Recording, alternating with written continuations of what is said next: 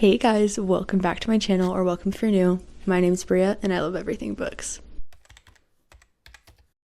There's barely like a week left in the year, so I figured we should read Christmas/winter themed books. So I have a whole stack over here. There are a lot, so I figured I'd have my sister pick which one I'm gonna read first. Do you want me to explain what these options are, or do you want to just choose randomly? Oh my gosh. Hey, pull it out. Which one are you pointing at? Cool. Thank you. Have a nice day. Okay, she chose Talk Santa to Me by Linda Urban. Never heard of this. I picked this up when I went to a library sale a few days ago. I believe it is a YA romance. I don't know. It looks cute. And I'm hoping for no spice because it is YA, but we will see. I did look it up and I'm pretty sure it said there wasn't, but you never know. And this is perfect because today is Christmas Eve. So start this on Christmas Eve, maybe finish it on Christmas. We shall see. It's actually really short. It's like a little bit over 250 pages. I can easily do this in 2 days. I definitely will not be finishing all 6 books, wintry books that I have, but let's like aim for 3. There's 8 days left in the year, including today. So I feel like that's doable. Let's start Talk Santa to Me.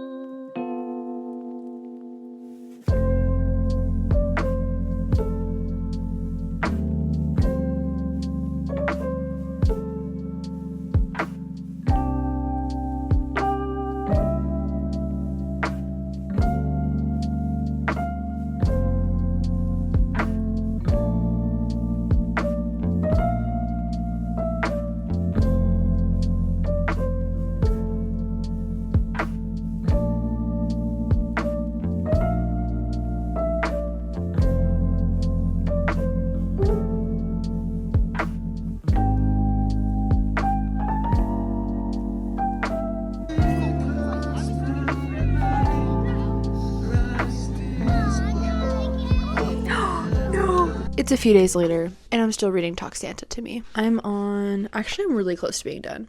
I'm on page 228. So there's like, I think less than 50 pages left. But I realized I never told you what this is about.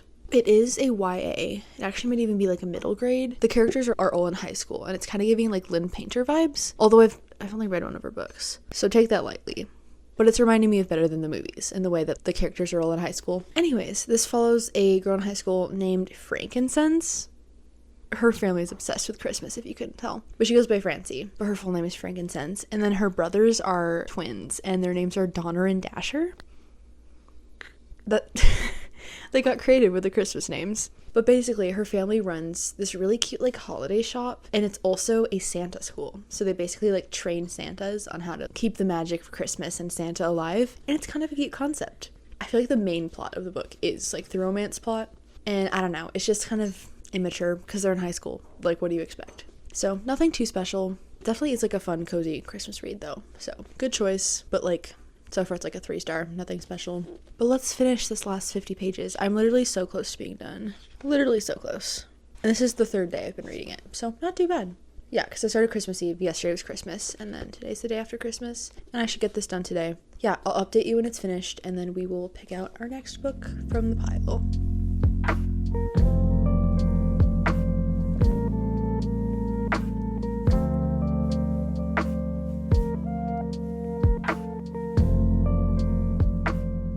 I finished Talk Santa to Me last night, and yeah, it's a 3-star.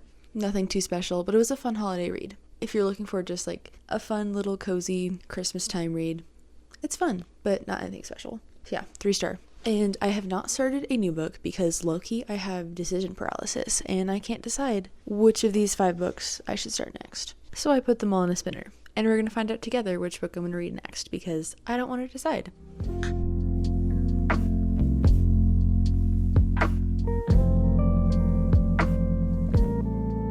Okay, we are reading Meet Me Under the Mistletoe. Let me go grab it.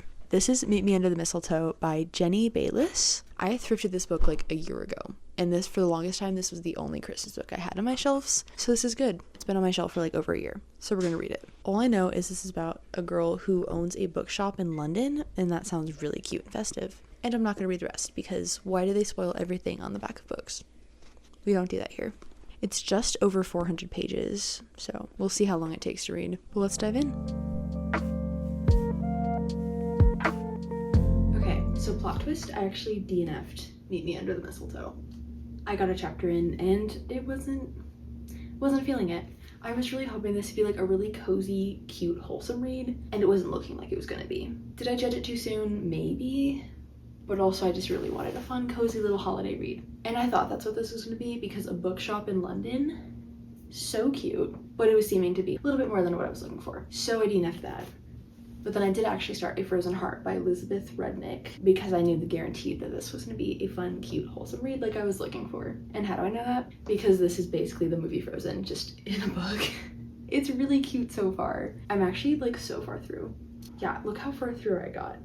I read 227 pages last night.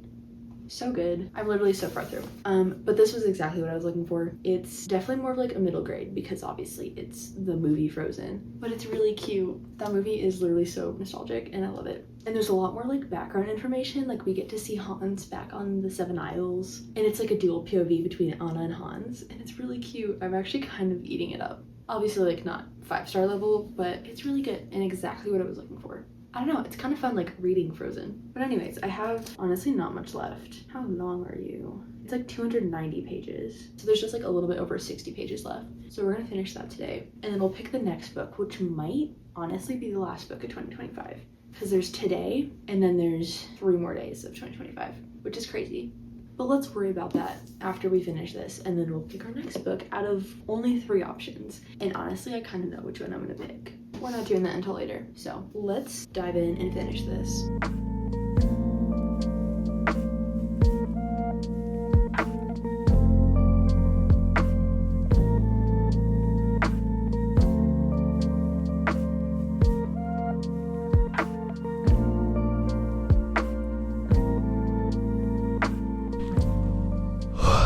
It's only 7:30.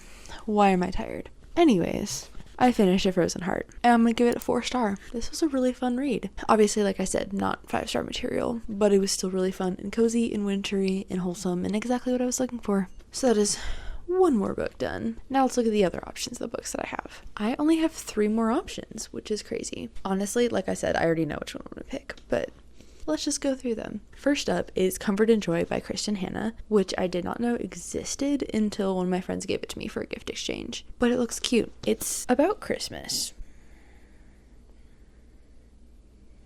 Yeah, I'm not spoiling the story by reading that. It's about a character, oh my gosh. Our main character's name is Joy, and it has something to do with Christmas, and I think it's like found family vibes, not really sure. But again, I hate reading the synopsis that comes in books because it literally gives you the entire first half of the story. Like obviously it doesn't tell you how it ends, but it like tells you all of the stuff that you would just find out for yourself if you just read the book. So we don't do that here. Anyways, that's option number 1. Option number 2 is A Winter in New York by Josie Silver.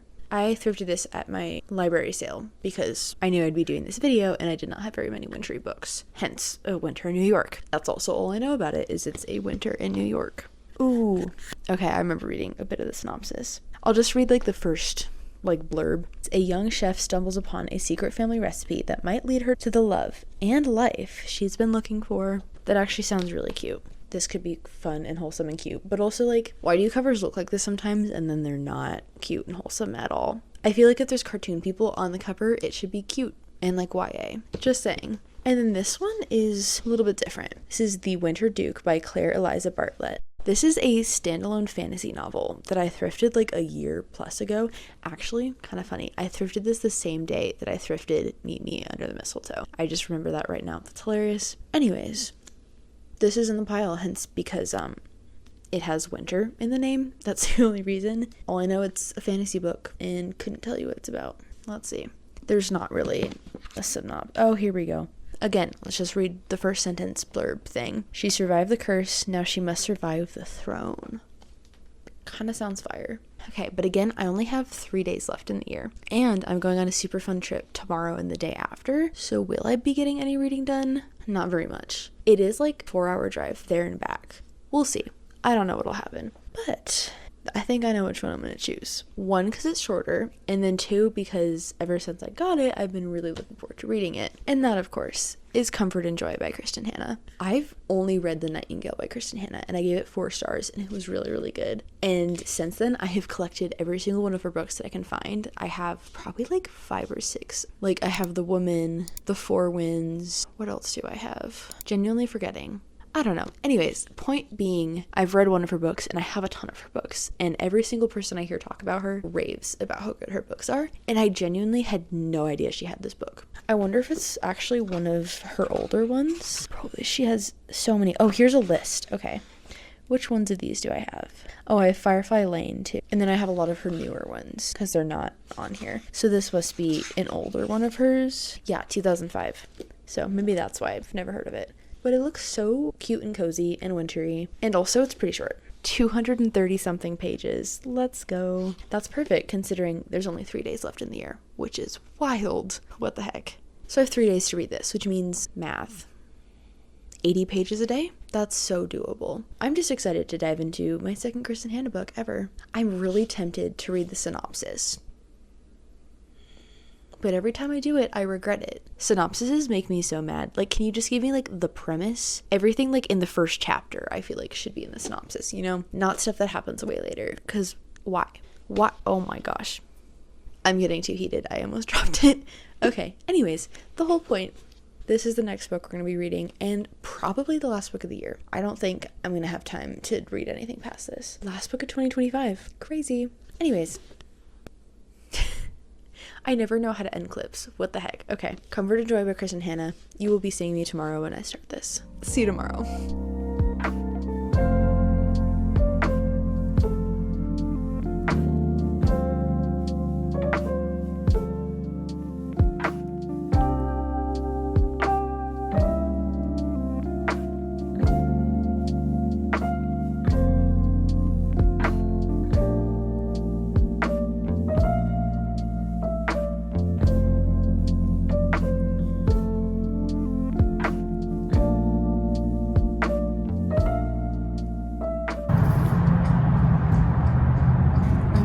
So hopefully you can hear me, but first chapter was wild. Her husband cheated on her with her sister, and now they're getting married. So she ran away to a little town in Canada named Hope, because what else do you do in that situation? Wild first chapter. What the freak is happening? She was just in a plane crash. Kristen Hanna, what the freak?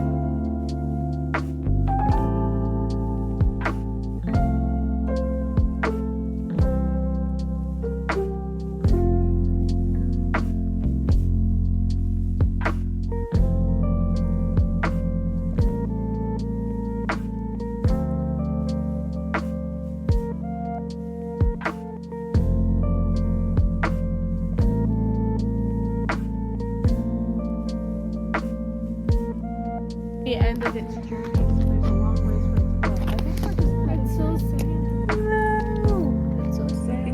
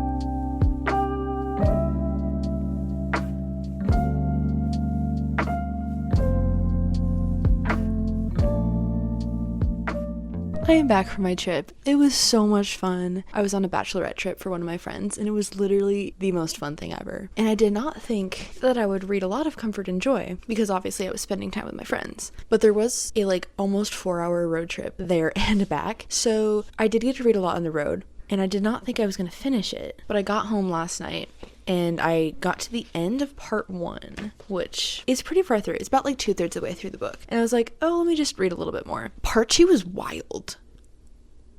I can't believe I'm saying this, but 5 stars.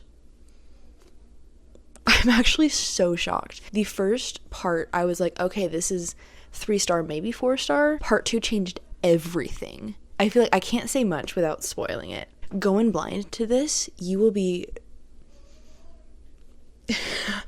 I don't even know how to describe this. Your world will be rocked. Everything you think you know changes. Plot twist after plot twist. The entire second part, my jaw was on the floor. Literally, I was just reading, part 2 is crazy. I don't even know what genre this book is anymore. I feel like if I tell you the genre I think it is, that's a spoiler. Yeah, so pleasantly surprised by this. And again, the first 2/3, it was what I expected from the book, but it wasn't it was just a cozy, fun little read. The last part blew me away. I was really ironic. I was looking at Goodreads to input my rating, and every single rating I saw was 2 stars. It's very low rated on Goodreads. I don't know why. Okay, well, to be fair, this is an older Christian Hannah book, and so she's definitely become a much better writer, and I definitely did see a few spelling mistakes in this, which was kind of funny, but I loved it. I ate up the last bit. It was so good. Okay, I really want to rant about what this book is, so I'll put up a timestamp of what to skip to if you don't want to spoil it, and if you're even thinking about reading it, do not watch this. This is a huge spoiler. I'm watching. Click off. Anyways, this book is crazy. As I already said, I already told you how it started, where her husband cheats on her with her sister, which is crazy. And that's the inciting incident, is she runs away and hops on a plane to this random little town in Canada, and the plane crashes. And Girly decides, when the plane crashes, to not go to the emergency folks that are trying to save her life, because she wasn't supposed to be on that plane. She bought this last minute ticket, so nobody knew she was on the plane except for the survivors. So she decides to just walk away. Fully injured, just crashed out of the sky, and she walks away. She finds this random little town in Washington because, of course, they didn't make it all the way there. And she finds this little inn, and it's run by a dad and his little, like, I don't know, 5-year-old son. He's pretty tiny. And they just lost their mom. Or the boy lost his mom. The dad lost his ex-wife. And so the first, like, part of the story is the three of them just, like, bonding and, like, helping each other heal until you get to the second part. And that was where everything you think you know gets turned on its head. It turns out that she actually never walked away from the plane accident, but she's been in a coma. So this entire town and Daniel and Bobby, the father and son, are just figments of her imagination. But it feels like incredibly real, like the most real dream you've ever had. Crazy. And like her sister's trying to convince her that none of this is real. It was all in your imagination. You were literally in a coma for 2 weeks. You did not go to a town in Washington. But she's like convinced that this happened. So she goes on this massive hunt trying to find this town and these people. And so she flies back to Washington, which is a whole traumatic response in itself. Literally crazy. She goes to Washington and just drives around Washington until she literally finds the town that was in her dream. And this turns out this is some like magical realism book. Daniel and Bobby are literally real people. And this entire time, Joy, our main character, was Bobby's imaginary friend. So like only Bobby could see her, but my mind was blown at the end of this. I don't even know how to explain this properly. But basically she was invisible to them.